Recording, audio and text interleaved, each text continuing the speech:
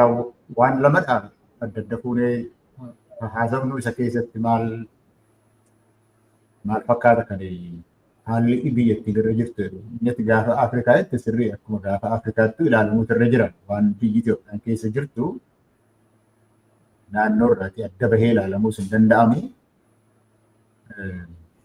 Fakkeenyaaf haalli Itoophiyaa waan maallee irratti hundeen isaa dinagdeen yoo jiraate duwwaadha waan hundi haala garbaraan jiraachuudha kan danda'u siyaasnis hariiroon ollaadha wajjinis misoomnis maaloonis yoo dinagdeen jiraate nagaanis waan tokko yoo dinagdeen hin jiru ta'e rakkoo waan ta'eef jechuudha. Rakkoon dinagdee Itoophiyaan yoo qabaatte iyyuu Jibuutii wajjin walitti hidhateera jechuudha. Kanaaf ollaadha wajjin yoo walitti ta'e malee nagaanis dinagdeenis waan dallee yoo jiraachuudhaaf kan hin danda'u yoo dinagdeen gahaa ta'e. Walumaa galatti yoo ilaallu naannoon gaafa Afrikaa kun duratti wakkaata maqaatti beekamu qaba. Maqaan itti beekamu the arc of instability jedhama. Durumaa jalqaba the arc of instability jedha. Tarii wanni isaa sun ji'oogiraafii irraatii waan ka'u waan achirraatii maddu ta'uu danda'a. Garuu the arc of instability jedhameeti beekama duruu. Gaafa Afrikaan natti jette kun gaaffi Afrikaa suni rakkoo gurguddaa kan kaasudha. Fakkeenyaaf gaafa Ameerikaadhaa fi Soviet Union wal lolanii lafti isaan ofii isaan gidduutti lolli hin turre lolli qabbanaawaa lola hadoodaa Cold War jedhamtu isaan jara gidduu ture. Lafti isaan wal waraanan garuu jira. Lafti isaan itti lola ho'aa godhanii wal waraanantu jira. Tokko isaan keessaati Ogaden. Tokkoon Somaalee, tokkoon Itoophiyaa taatee gaafa Itoophiyaan Ameerikaa wajjin jirtu Somaaleen Sooviyetii wajjin taatee gaafa Sooviyeet immoo achii bahu Itoophiyaatti galee Ameerikaan immoo Somaaleetti galtee mootummoonni gurguddaadhaa fi humna qabeessa ta'anii iyyuu addunyaa irratti ofii lafti isaanitti waliin loliin waraana wal irratti hin geggeessin garuu lafti isaan irratti akka pirooksii irratti wal irratti geggeessan gaafa Afrikaa kanarratti. Gaaffii Afrikaa lafti isaan itti wal lolan amma Brzezinskiin jedhan yeroo Kaartar kan gorsaa President Carter ture detent died in the Ogaden desert jedhe yeroo sana. Detent jechuun sirna lamatu addunyaarra jira. Sirna sooshaalistii fi sirna kaapitalistiitu jira. Garuu yoo waraana niwukileerii wal lolle abbaan mo'atu waan hin jirree fi wajji jiraanna. Wal dandeenyee garaagarummaa keenya beeknee detantiidhaan wajjin jiraanna jechuun detantiin adda addadha. Karaa tokkorra deemuuf hin dandeenyu, araaramuuf hin dandeenyu, waliigallee garuu detantiidhaan jiraannaa kan jedhu. So Brzezinskiin akka jedhetti detantiin Ogaden keessatti hafee jedhe. Maaliif walitti waan bu'aniif? So seenaa isaati seenaa gaafa Afrikaatii. Gaafa Afrikaa suni lafa arc of instability kan jedhu achii bahee immoo Persian Gulfii kana Arabiyaa kana maaloo qabatee amma Afgaanistaanitti wal qabatee waan jiru akkasitti beekama haalli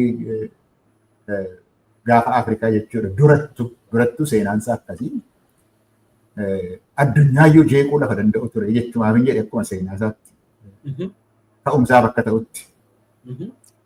Amma inni deebi'eeti jira achi keessatti yoo amma Somaaliyaa ilaalte rakkoon Somaaliyaan qabdu biyya tokko ta'uu danda'uudha. Xaaliyaaniidhaaf Ingiliziirraa ergi ba'aniiti biyya tokko ta'uudhaatiifiti carraaqaadha turan. Karaa barbaadaa turan. Namni dhaggeeffatu kanaaf hubatoo irra jira. Biyyi yoo amantiin tokko hin ta'in yoo sabaaf sablammoota baay'ee keessa jira yoo ta'e gara wal bu'iinsaatti deemuudhaa fi carraan isaanii guddaadha. Addaddummaan akkasii lafa jirutti. Haalli addaddummaan suni bu'aan dinagdee yookiis bu'aan jireenyaa namni hundumtuu barbaadu dinagdee duwwaa wajjin utuu hin qabatin eenyummaa wajjin waan wal qabatuutii fi wal waraansi jiraachuudhaaf hin danda'a. Biyya akkasii keessatti biyyichi biyya tokko yoo ta'e malee national integration yoo isa qabaatan Amma Somaaliyaan tokkuma gosa qabdi malee afaanuma tokko dubbatu sanyiinuma tokkodha. Amantiidhaanis harki 90 isaanii Musliima. Somaaliyaan iyyuu biyya ta'uudhaatiif hin dandeenye kanarratti carraaqaa turte jechuudha waggaa dheeraadhaaf.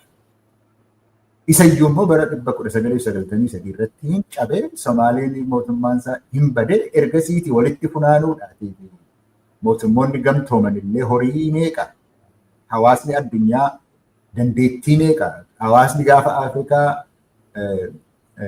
gumaacha meeqa godhee wajjin dhaabuu hin dandeenye Somaalee. Deebitee biyya ta'uu hin dandeenye Somaalee. Jubbaatu irra cimaadha. Biyyoota warra naannolee adda addaatu irra cimaadha mootummaa federaalaa. Somaaleen amma waan isheen hojjetaa turte sun hundumtuu deebi'ee babbadee warri itti fiduudhaaf godhanii walittuu babbadee warri naannoliin jabaatanii mootummaan federaalaa garuu dadhabee garatti godhamee jijjiirama keessaa bahuudhaaf hin dandeenye keessa galee jira jechuudha Somaalee yoo ilaalte gaafa Afrikaa sanarratti. Biyya guddaa ta'uu kan danda'u galaana kana qabaa waan baay'ee lafa keessaa qabaa zayitii kan qabu qabaa waan baay'ee godhachuu biyyi danda'u biyyi tokkodha jedhamullee tokko ta'uu dadhabeeti gara duubaatti deebi'aa jira. Namichi Itoophiyaa bulchu sunillee pirezidaantiin Biltsiginnaa achi dhaqeetii itti dhukaasamee ture hamma kanatti rasii ta'e Somaaliyaan jechuudha. Sudaaniin akkasi. Sudaaniin rakkinni durumaa jalqabdee Sudaaniin qabdu biyya tokko ta'uudhaaf hin dandeessu. Maaliif Ingilizootatu Misriidha turanii. Misrii keessatti immoo cimanii jiraachuudhaaf kan isaan danda'an bishaan Abbayyaa yoo to'atanidha. Hamma Itoophiyaattis hamma Taanzaaniyaattis bishaan achiiti waan dhufuuf. Hin beekta kana seera meeqaan walitti fidaa akka isaan turan warri Ingilizii gaafachuu turanii garuu isa kanaa jedhanii biyya tokko ta'uudhaatiif hin dandeenye tokko godhaniiti Sudaanii lafti isaa guddaadha biyyichi garuu tokko ta'uudhaan danda'u. Garri amma kibba ta'ee biyya tokko ta'ee bahee suni baay'een isaanii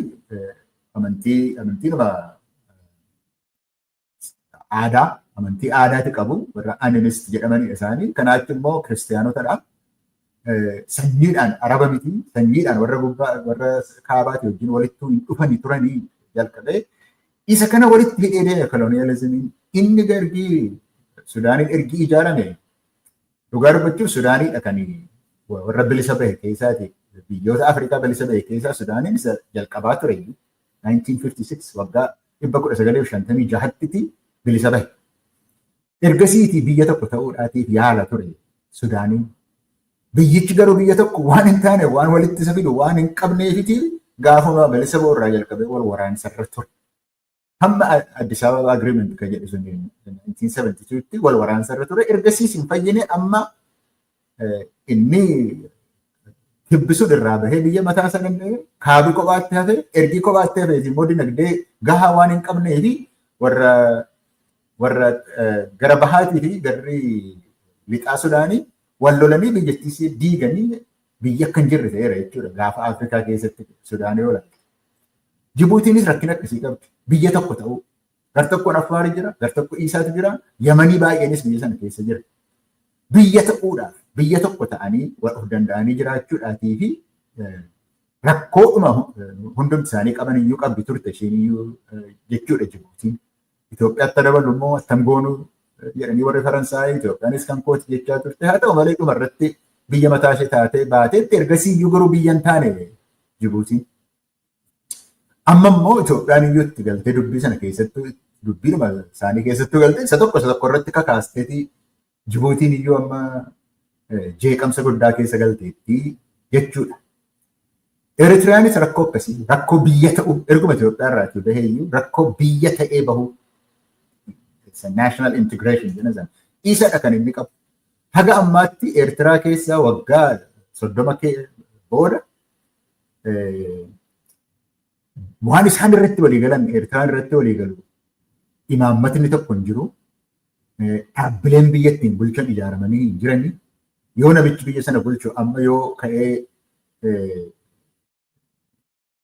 ka'ee du'e maaltu duubaan dhufa kan jedhu rakkootu jira. Waan irratti walii galan ammallee hin qaban jechuudha. Humnuma namichaa humnuma aangootiin malee kan inni jiraatu kun immoo dhoka'uu iyyuu danda'a jechuudha. Eritiriyaan Keeniyaan fooyyee qabdi turte. Garuu isiinis achi keessa galte. Keeniyaanis biyya tokko ta'uu sana irratti heeraan buluudhaatiif hin yaadu. Garuu Keeniyaan mataan ishee rakkina dinagdee guddaa tokko qabdi. Rakkinni dinagdee sun immoo eenyummaadha wajjin wal qabatee jira. Nafxanyummaan jira beektaa Keeniyaa keessa. Warri Kikuyyuu aangoonis Keenyaa laftis Keenyaa gadhiisuun nurra hin jiru waan jedhan qabu amma rakkoon Keeniyaan keessa galaa jirtu tokkollee kanadha tokko biyya tokko ta'uudhaan dadhaboo jechuudha. Kana hundumaa keessatti Itoophiyaatu ankaristetee jedhamtee waggaa 30 keessa waggaa 20 darban keessa Itoophiyaatu irra fooyyee qabaa. Biyya ta'uu irrattis dinagdeedhaan jabaachuu irrattis humna waraanaa irrattis Itoophiyaatu irra wayyaa jedhamee addunyaan hundumtuu gara Itoophiyaa ilaalaa ture waggaa 20-30 darbe keessatti. Amma garuu Itoophiyaan regional destabilizer jeequmsa kan uumtu taateetti. Kun ammoo irratti dubbachuu dandeenya. Eessa keessatti akka isheen jeequmsa uumaa jirtu kan Somaalee keenya akkamitti Itoophiyaan akkasii jeequmsa keessatti uumti.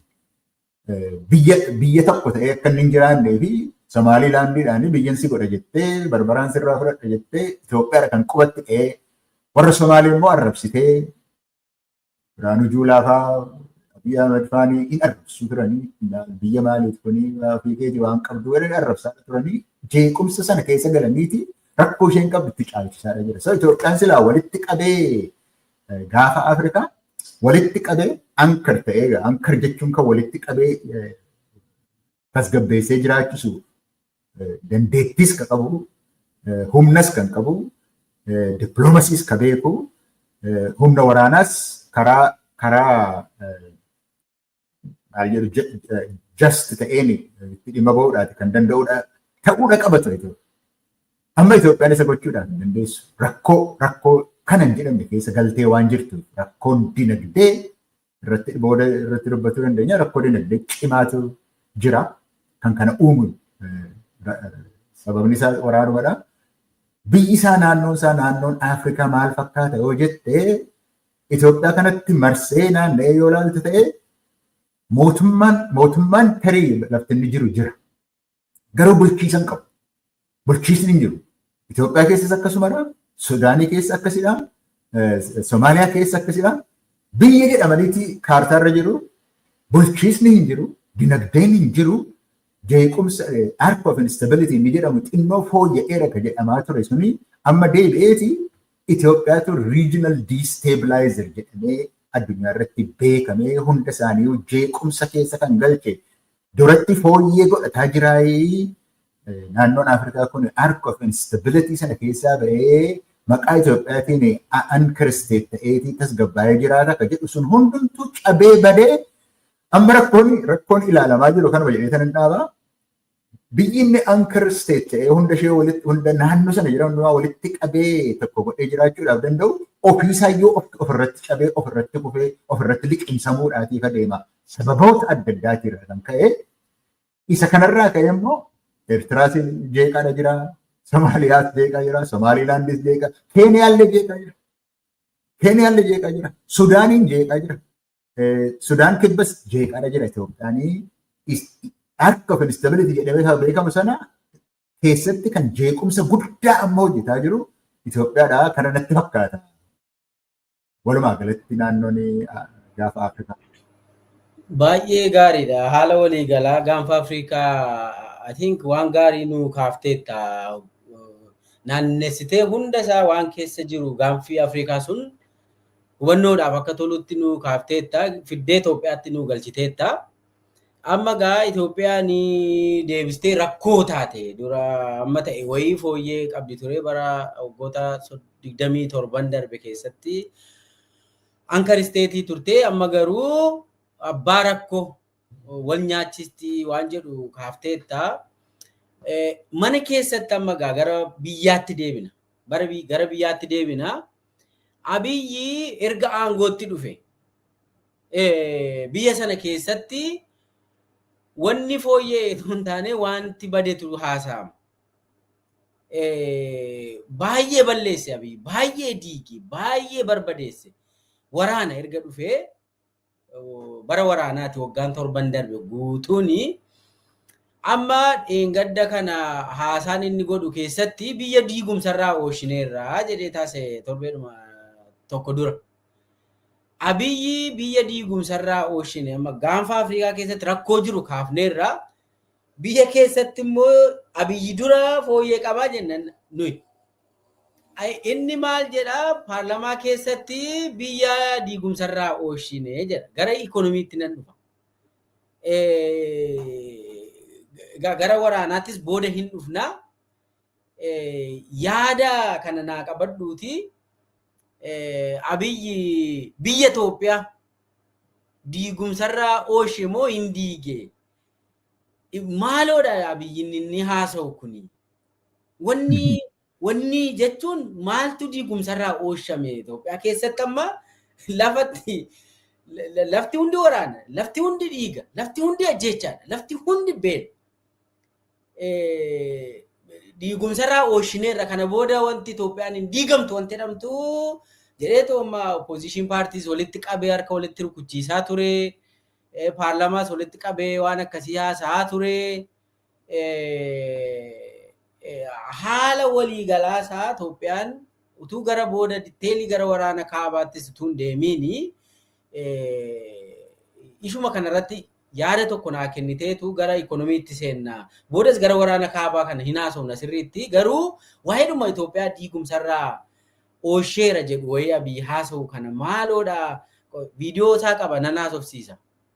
ኢትዮጵያ ውስጥ በገጠመን የለውጥ ሂደት እንዲህ ተቀምጠን መነጋገር በራሱ ዘንግታችሁት ነው እንጂ ኢትዮጵያ አለቀላት እኮ ተብሏል።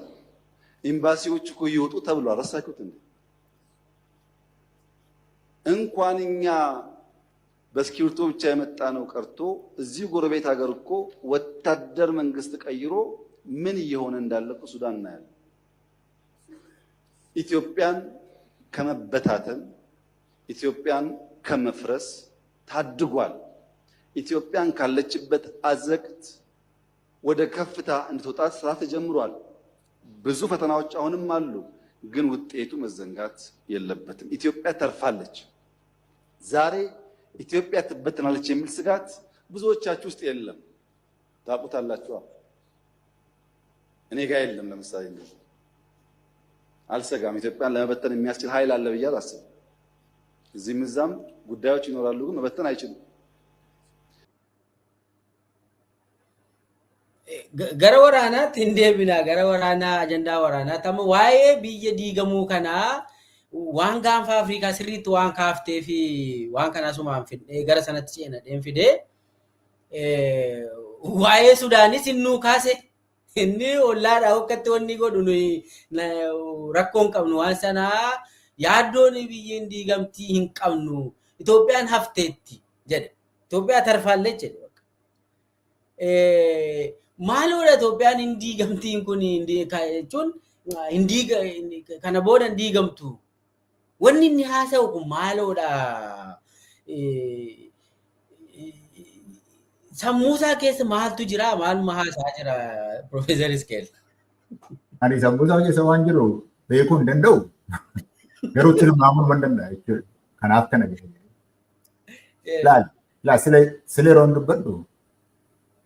Rakkoon gaafa Afrikaa irra jiru jeequmsi naannoo jeequmsaa yookiis naannoo toora jeequmsaa kan isa godhu biyyoota sanatu biyyan ta'an. Biyyoota sanatu biyyan ta'an isa state buildingii sanatu hin dhumne.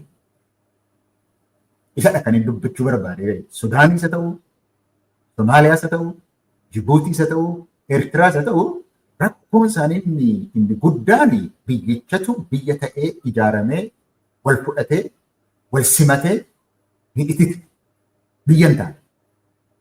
Rakkoon Itoophiyaan qabaataa turte erguma gaafa Minilik walitti fideeti irraa jalqabee rakkoon Itoophiyaan qabaataa turte rakkoo nation building, state building rakkoo sana. Taali gaafa nuti mana barumsaa turre kitaaba tokko kan dubbisaan hin jedhan turan waa'ee Itoophiyaa baay'een waan hin jirree fi dubartii biyya Itoophiyaa dhuftee hin beekne tokko bara Itoophiyaa irratti kitaaba tokko barreessite bara 1949 kan maxxansamedha. Itoophiyaa jedha qarumaa maqaan isaa Marjorie Parham kan jedhan tokkotu barreesse. Yeroo isa barreessite hin dhumne Itoophiyaan Finfinnee keessa ijaaramee jiraatu malee biyyichi garuu biyya ta'ee ijaaramee hin dhumne jettee bara sana dubbatti. Hin dhumne hojjetamee akkuma nama jedhe biyyan turre biyya tokko hin turre. Tarii warri kaanii waggaa 3,000 jechuu danda'u warri kaan ani ifatti hin jennu miti kana Oromoon hin jennu kana.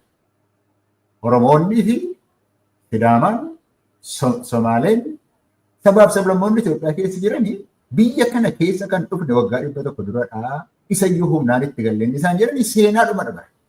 Namni siyaasaaf jedhee jal'isuu 3,000 4,000 jedhee waan barbaade haa dubbatu malee wanni ragaa qabatamee jiru rakkoon Itoophiyaanis qabdu rakkoo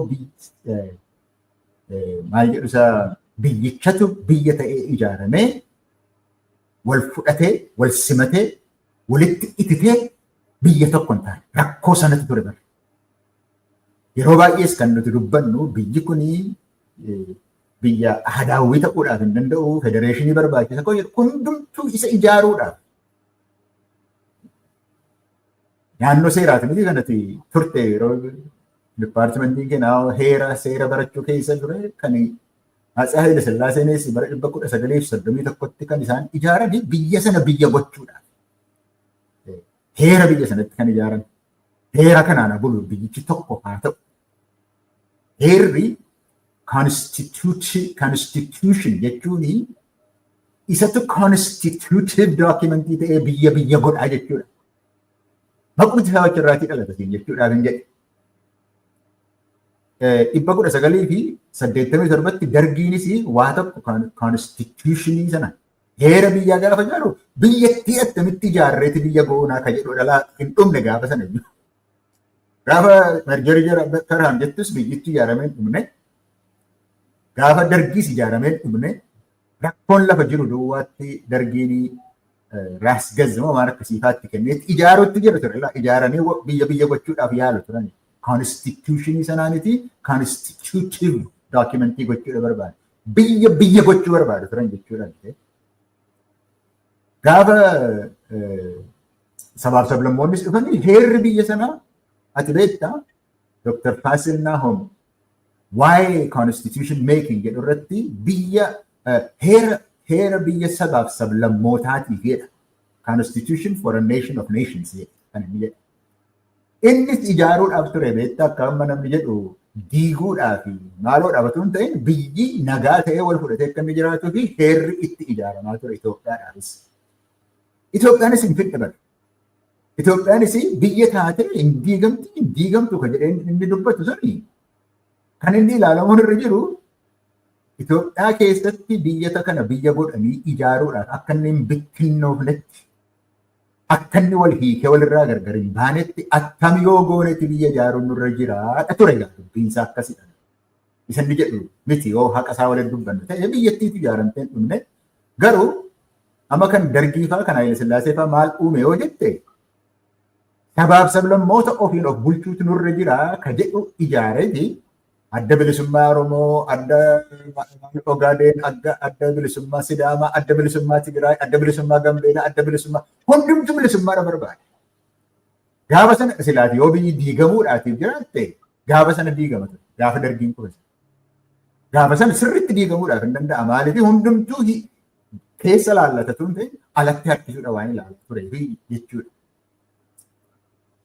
Federeeshiniin kun sirna federalizimii ofiin of bulchaa dinagdeedhaan haqa qabaadhaa hundumtuu aadaan isaa guddatu kan jedhu sun kan inni sabaaf sablammoota kennee silaa biyyattii jabeessee ture. Silaa gaafa inni aangoorra dhufe gaafa namichi kun aangoorra dhufe silaa biyya gaariitu itti kennamee ture. Biyya nagaa qabdutu biyya wal kabajee sabaaf sablammoonni keessatti wal kabajee jiraatutu keessa ture. Malee biyya diigamuudhaaf turte hin turre barbaada gaafa sana. Maaliif yoo jette yaaduma afaan Ingiliziitiin authoritarian developmentalism wanti jedhanii jiran federationiis kennee authoritarian developmentalism biyya diigamuudhaaf waan dandeessuu fi rakkoon kun waan irra jiruu fi siyaasa isaa qabbeetiti dinagdee isaa guddistee biyyi sun gaafa dinagdeedhaan guddatee namni hiyyummaarraa yookiis dhabiinsa dinagdeerraati akka walitti hin buune gaafa gootu middle class economy gaafa goonu demokiraasii itti babal'isna kan jedhuun itti deemaa turte gaafa sana. Kanarratti immoo authoritarian developmentalismii sana jalatti immoo biyyi nagaa qaba ture. Isa namni dubbatu waan baay'een haadhiisnu gaafa Ihaadeeg sana sirna mirga namaa eeguutu hin turre demokiraasiitu hin turre jedhi malee biyya daangaa tokko halkanis guyyaas deemuudhaan hin dandeessa turte biyyi tasgabbaa biyya nagaadha ture biyya qabeetti ture jechuudha. Sababa kanaatiif immoo namni nagadatees socho'ees maal jedheeti bu'aa buufatuu danda'a. Mootummaanis immoo guddina biyyaa waan barbaaduuf karaa ijaara ture, yuunivarsiitii ijaara ture. Sababa kanaaf dhimma dinagdeetii fi dhimma nageenyaa ilaalchisee authoritarian developmentalismii sanatti jalatti hin hojjeta ture. Kanaafitu ture. Kanaaf garuu mirga namoomaatii fi mirga demokiraasii kanatu babal'atu turre jira. Inni kuni baay'ate. Yaa dubbiin kaaqana. Namichi inni kuni garuu waan hin cabinan ijaaraa biyyi diigamuudhaa fi hin diigamtuu atti barsimu. Atti barsimu isatu fide. Gaafa sana maaliif atti barsimu jedha namichi kuni? Maal ta'eeti atti barsimu jedha? Maal eessaa dhufe waa'een atti barsimii? Waa'een biyya diigamuu? Gaaffiin isaas hin turre, sodaan isaas hin turre, namni waa'ee isaa yaadaa ture hin jiru. Garuu federeeshiniin sun hin demokiraateffamneetiiti demokiraatawuutu irra jira. Bu'aan guddina dinagdeetii fi misoomaa sun immoo hundumaaf walqixxummaa waan fakkaatu irraatii waliin geenye sun godhamuutu irra jira kan jedhamudha malee heerri biyyicha hojiirra oollee akka gaariitti hojiirra haa ooluudha malee namni kan nutti bade kan jedhan jiru gaaffii hin ka'in kaaseeti. Ofii mataa isaatiif jecha Itoophiyaa atti barsiisu kan jedhu gaafa inni gaafa sana dubbatu gadalmaan mitoodha jette turte. Maal hojii dubbata waa'ee kanaa jette turte. So amma ka'ee Itoophiyaan atti barsiisne ofii isaatii kan jechaa ture amma garuu itti barsiisaatti laman sodaa tokko hin qabu gaafa jiru maal haasa'aa maaltu sammuu isaa keessa jira kan jiru yoo hidheela seenaan isaa waan nama jedhedha. Waan hin barbaachisne kan jalqabe isa nagaa fi dinagdee sana itti fufsiisuurraa yookiis gara kaapitalizimii sin dhaqu demokiraatik kaapitalizim gara jedhu sin dhaqu demokiraatizimii isatti kennuudhaaf hin danda'u waan amma jedhu authoritarian populism kan jedhan tokkotu dhufe biyya sana keessa inni ani nan jaallatamaa mootiin isin irratti ta'a jechuudhaan kan ka'e waan haala biyya Itoophiyaa wajjin waliin argatiin fudhateetii itti ka'e. Itti deemu. Nama biyya bulchuu danda'u keessaa yaase waan dhimma mataa isaatiif jechuudha.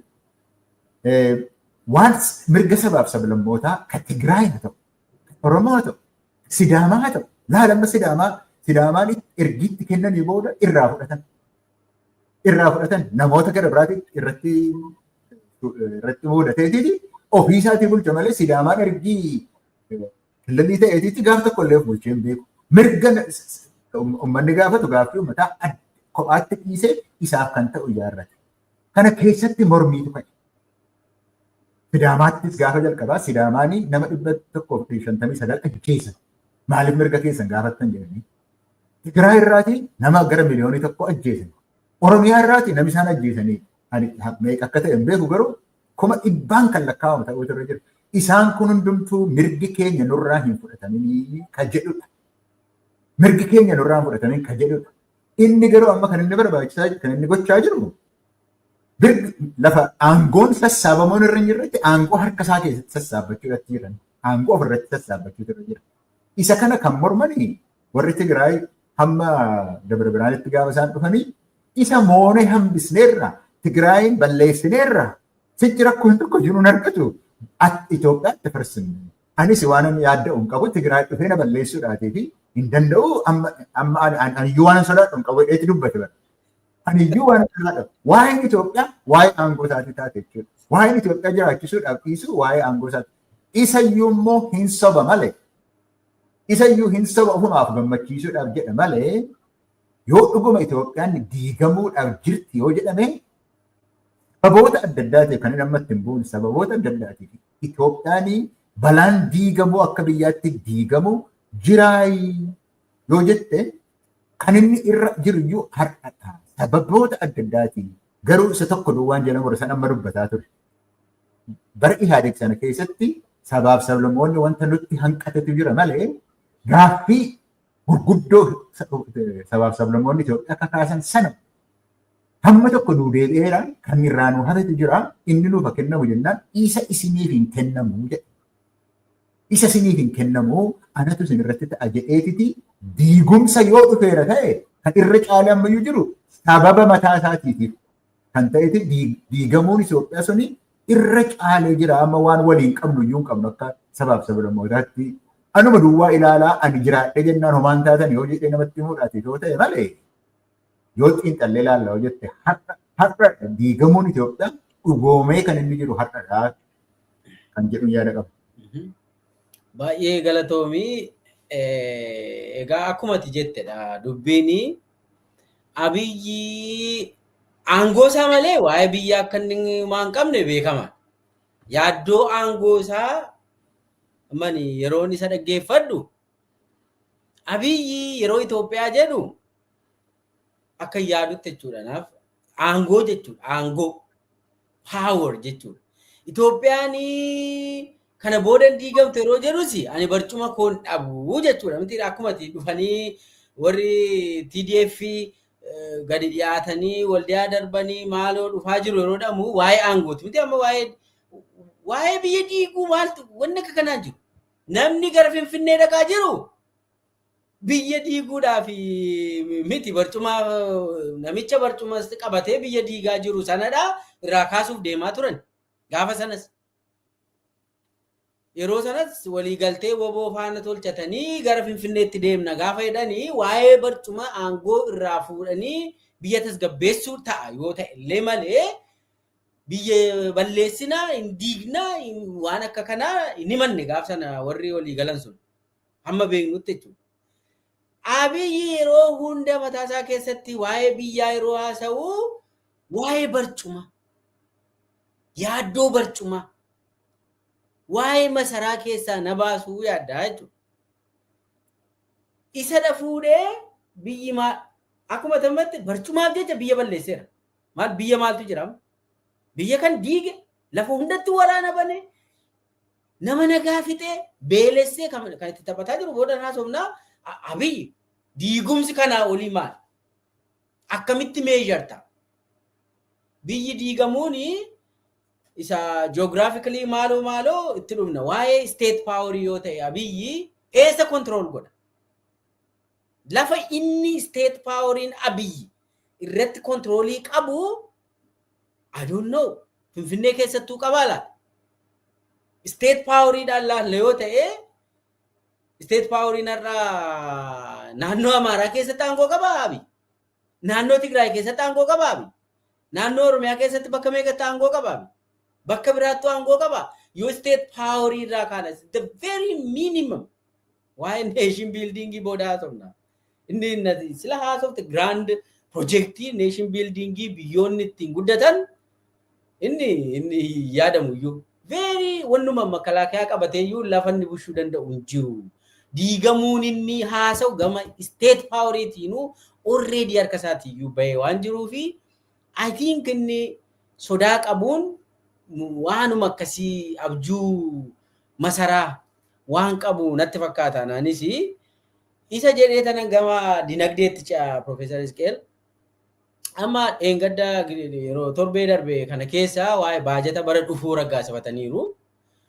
Gara birrii tiriliyeena 2 han ta'u baajata baasan. Baajata kana qabateera biyyi. Sana keessatti waa'ee dinagdee baay'ee haasa'ee haasaan inni haasa'e waanuma bakka biyyi kun gara badhaadhinaatti ceetee bilchiginnaatti ceetee jedhee waan inni achi keessatti haasa'e keessaa gabaasota tokkoon fudhaa.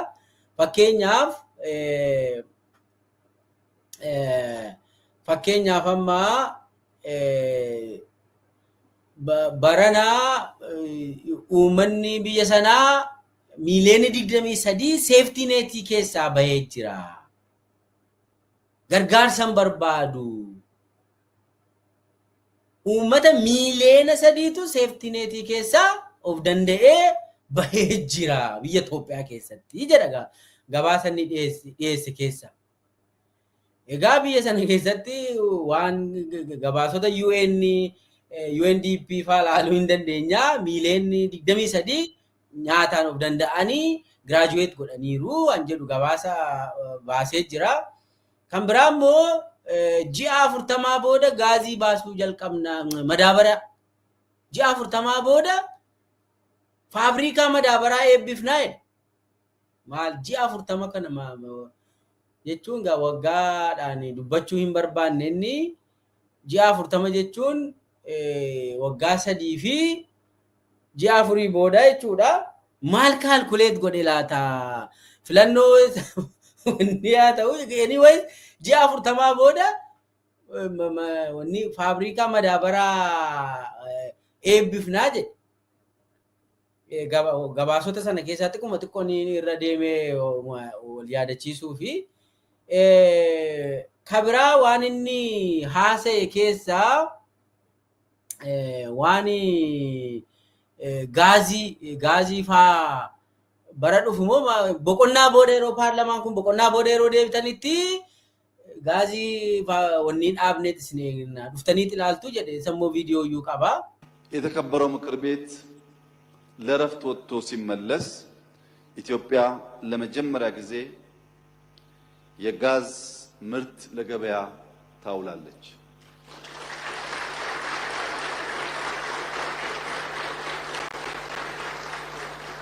ለምን አልተነገረም እስካሁን ሳንሰማ ቆየን ለሚለው እኛ መንግስት ነን፣ ሰርቶ አዳሪ ነን እንጂ አውርቶ አዳሪ አይደለም። በሚያስፈልግ ቦታ ለህዝብ መግለጽ ያስፈልጋል። ብዙ ባንዳዎች ባሉበት ቦታ ደግሞ ደብቆ መጨረስ ያስፈልጋል እና ባንዳዎች እንዳያበላሹት ደብቀን የሰራነው የጋዝ ፕላንት ተጠናቋል። በቅርቡ በሶማሌ ክልል ስንዴና ግድብ ሳስመርቅ ያያችሁኝ ፕራይመሪ ሄዶት ለጋዙ ስራ ነው። ለምን ሄደ እንዳትሉ ነው ስንዴ ሳይነበረው ማለት ነው።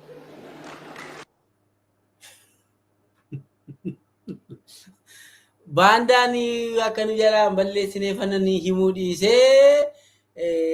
ማሌ ኢሳፍ ከናፈን እዩ ደሜ ሮቦቆና ዴቢተን ሞ ፋብሪካሳ ኢነርጊቱ ወኒ ሳንጀል ቀምና ጀዲ አማ ኡመኒ አማ ፓርላማ ሚሴንሶኒ ፓርላማ በቆና ዴቢያኒት ባንዳኒ ዮጀላ በሌሰኒ ቤኩ አዛሳ ገሩ ኤጋ በቆና ዳቦዳ waan akkasiitu mul'ata gaazii baasuu jalqabdi Itoophiyaan waan jedhu haasa'ee amma kan biraa walumatti qabee waan namichi kun jedhani wanni jedha kan biraa kadhaa keessaas bahuudhaaf deemaa jirra jedhee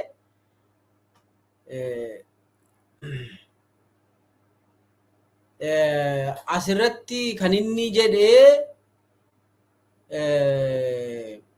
በእኛ ጊዜ ልመና ይቆማል ዋን ጀዱ ወኒ ጎዴ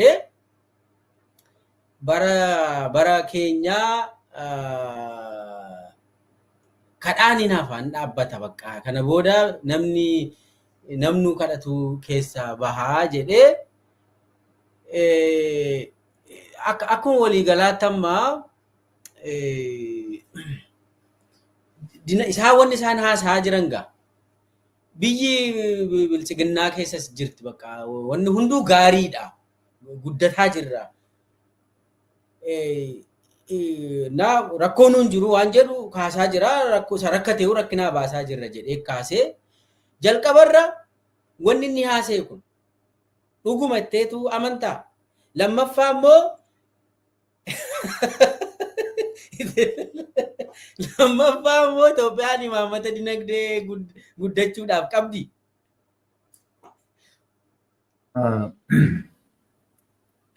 Ilaa waan akkas haasa'aa oolu kana beekaa akka namni waa'ee isaa haasa'uuf haasa'a malee inni dhugaadha jedhee amanee miti kan inni haasa'u.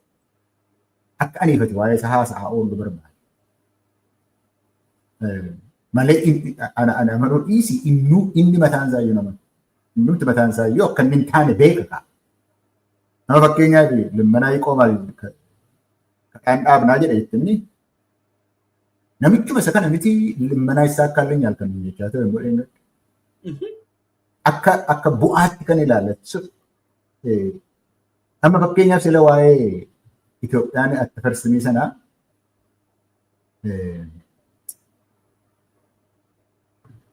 namni warri TPLF ilaa waan baay'ee irratti komachuu ni dandeessa. TPLF waan baay'ee irratti namni irratti komatuu ni danda'a.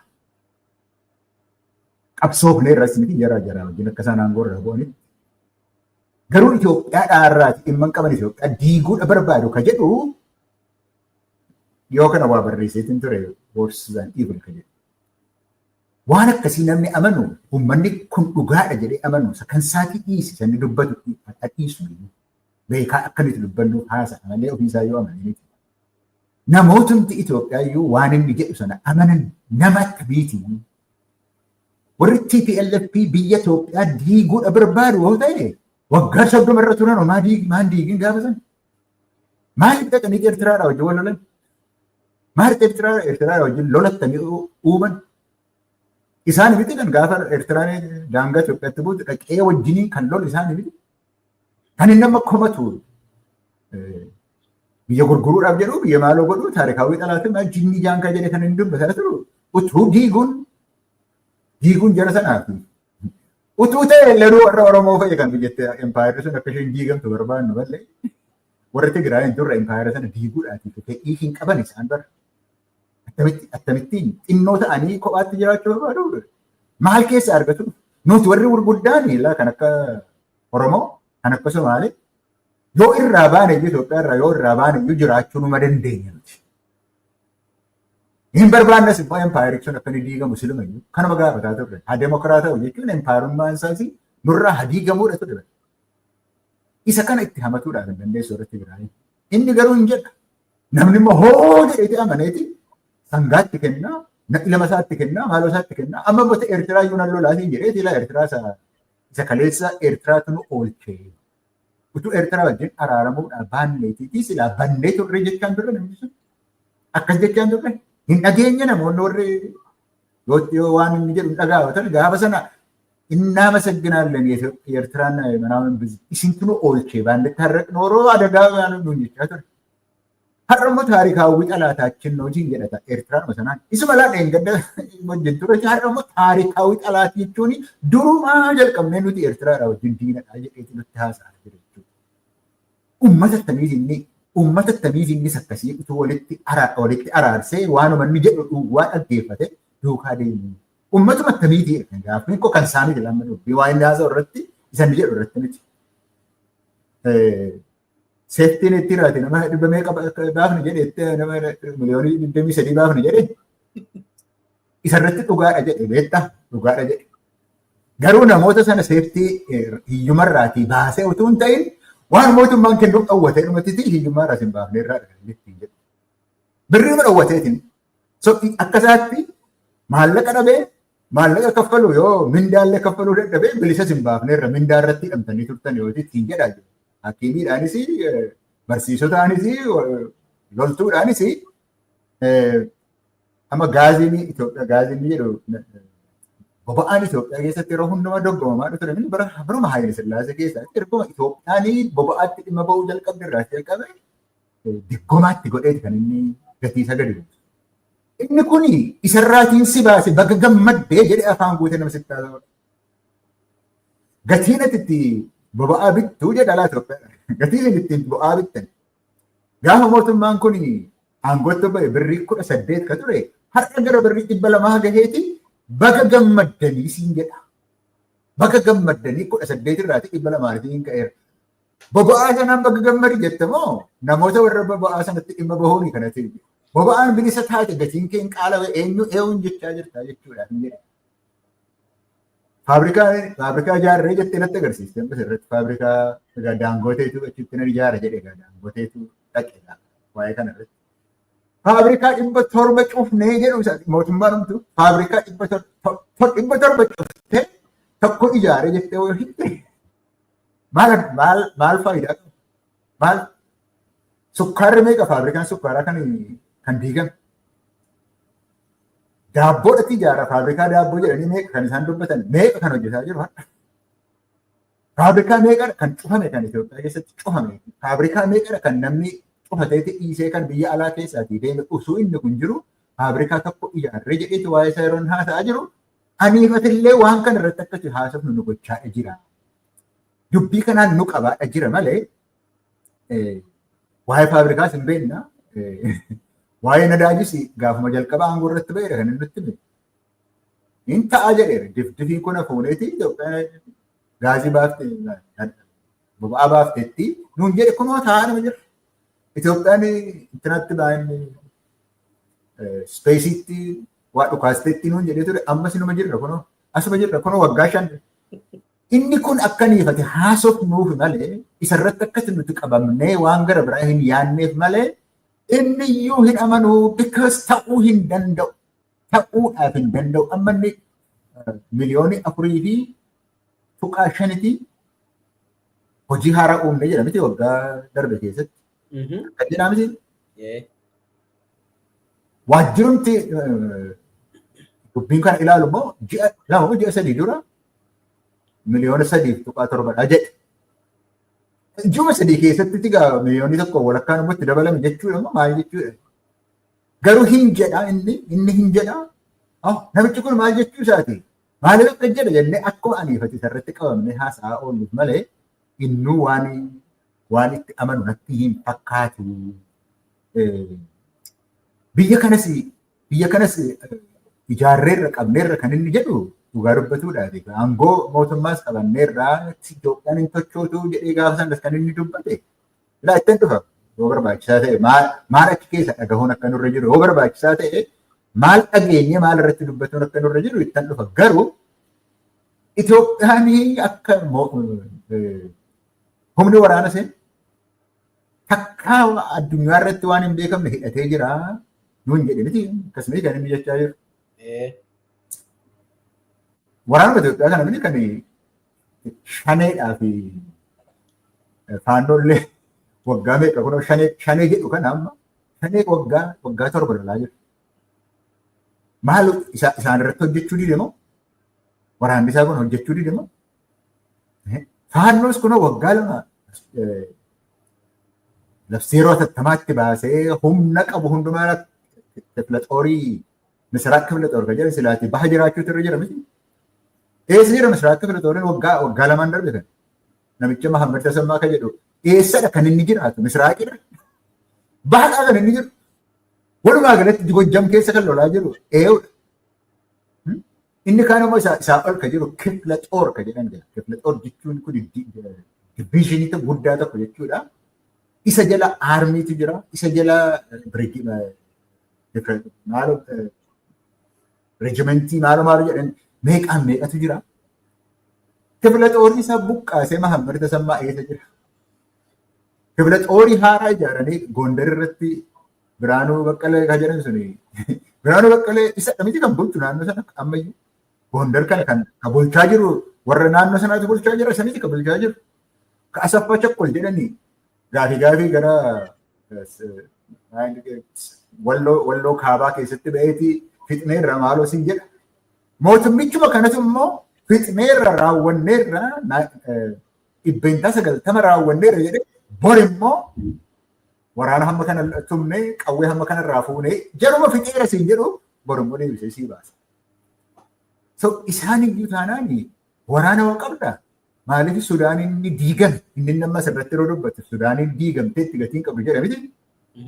Maal akka Itoophiyaa gaafa Tigraay lolu sana kottaa qabadhaa jedhee itti kenne kan ammoo Isqeel Gabbisaatu jechaa jira miti Alburhaantu jedhe namichumatu waame akkannaan jedhe fudhaa balbala asiin Tigraay irratti cufaa lafa kana yeroo fudhaa kan ittiin jedhe maal deeffatin hin lollumaa jettanii bo'aa turtarree ka Sudaan garaan nu waagganfa jechaa turtan lafa Itoophiyaanaaf Itoophiyaawiyyaaniin irra jiran sun sana karaa Alfaashidaa sana maarraan deebisin kan Saawus Sudaan maarraan deebisin kan Eertiraa maa hin bulchin kan Jibuutiin illee xiyyaara rukututti kaale Keeniyaan karaa kibbaa Itoophiyaa keessa galteetii kiftaatu jirattee lolaa jirti miti isaaniin maan tolchin Alshabaab seenee kiiloomeetira 150 kan isheen Itoophiyaa keessa galagaltee waan barbaaddu gochaa jirtu suni isaanin maan tolchin isaanin maan faccisin isaan kun hundumtuu utuu jiranii waanuma ifaa nuti beeknu utuu jiru waanuma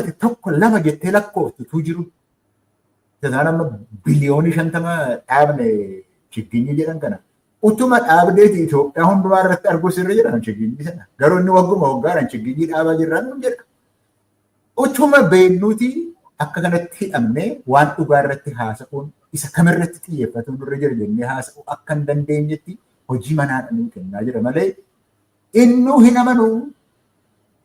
amanu kan isin jedhu maaliif beektaa? Waan inni jedhe gabaa ministeeritu biti siin jedha maaliif isaan immoo wayi baasan qabu. Waan inni biliyoonii 9 idaa ofirraa kafalleerraa idaarraati minna deemneerra gaafa jedhu Ahmed Shidee immoo gabaasa baaseeti lakki nurratti qaala'ee biliyoonii 70 geenyeerraa siin jedha.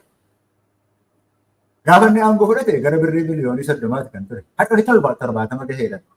Liqaan biyya Itoophiyaa jiru. 9 kafaleera hoo jette akkamitti 29 galee jedhee namni gaafatu jiru waan tokko lama jettee lakkooftu siin jechuu waan ati irratti walqooftu waan irratti aradha kun jettu miti waan lakkaa'amudha. Inniyyuu hojiidha nutti kennaa jira malee kana amanee jira jechuudhaatii fi hin danda'amu waan inni haasa'u tasa waa'ee amanamuuti garuu nutti taphataa jira. Waan inni eeggaddi dubbate keessaa wanti fudhatamuun irra jiru jira. Isa garuu waan ati hin gaafanneef ittiin deemu. Itti deemi malee itti deemi. Waan inni dubbate hundumaa waa'ee hiddaasee giddibii kanaa gaafanni paarlaamaatti ba'ee waa'ee hiddaasee tun dubbisin deemetu jira. Gaafni hundumaa dubbatame. Hiddaaseen kun dhumuu baates afaan isaarraan bu'uunni. Isuma dheengadda tuphataa ture gatiin qabu kuni poolitikaa maaloo ittiin jedhe sana akka immoo afaan isaarraan bu'u. Gaafa rakkoon itti dhuftu ofiisaa hiddaasee sana dhaqeeti suuraa ka'eeti suuraa sana maxxansaa oola akka ijoollee xixinnoo. Ijoollee xixinnoo kan Facebook irratti isa maxxansaa oolu isuma maxxansaa oola. Piikcharii maa agarra miti har'a ganamaa fakkeenyaa barjeedha waajjira isaarraati waan ba'e. Ani ergiin Finfinnee dhaqee waggaa 5 ta'eera. Waggaa 6 ta'eera. Riqicha isaan har'a agarsiisan sana gaafa sana warra deemaan ture hojjetameera. Isuma irratti ibsaa sii dhaabeeti guyyaa sii agarsiisee halkan immoo ibsaa ishee tolchee bareecheeti kunoo kana hojjenneerraa kana Finfinnee keessaatii eebbifneerraa. Waa'ee eebbifneerraa kana irratti waan ani beeku Girmaawwii Nugusa Nagasti Marriqoo Kaffatu kan jedhutu duritti hin beeka malee bara Dargiis hamma kana hin turre bara Ihaadagis kana gooneerra kan jedhu waan gurguddaa yoo ta'e malee eebbifnee baniinsa gooneerra kan jedhu hin turre isatu fide amma. Dildilli tokko riqichi tokko yoo jijjiirame muummichi ministeeraa Itoophiyaa waa'ee isa dubbatutu irra jira. Tokkodhaan Itoophiyaa keessatti dildiya 1,1000 ijaaramutu irra jira malee tokko Finfinnee keessatti gafarsa irratti ijaarradheera jettee waan dubbattu miti silaati. Waan isa irratti baafattu miti. Isa baasaadha kan inni irra oolu dubbataadha oola.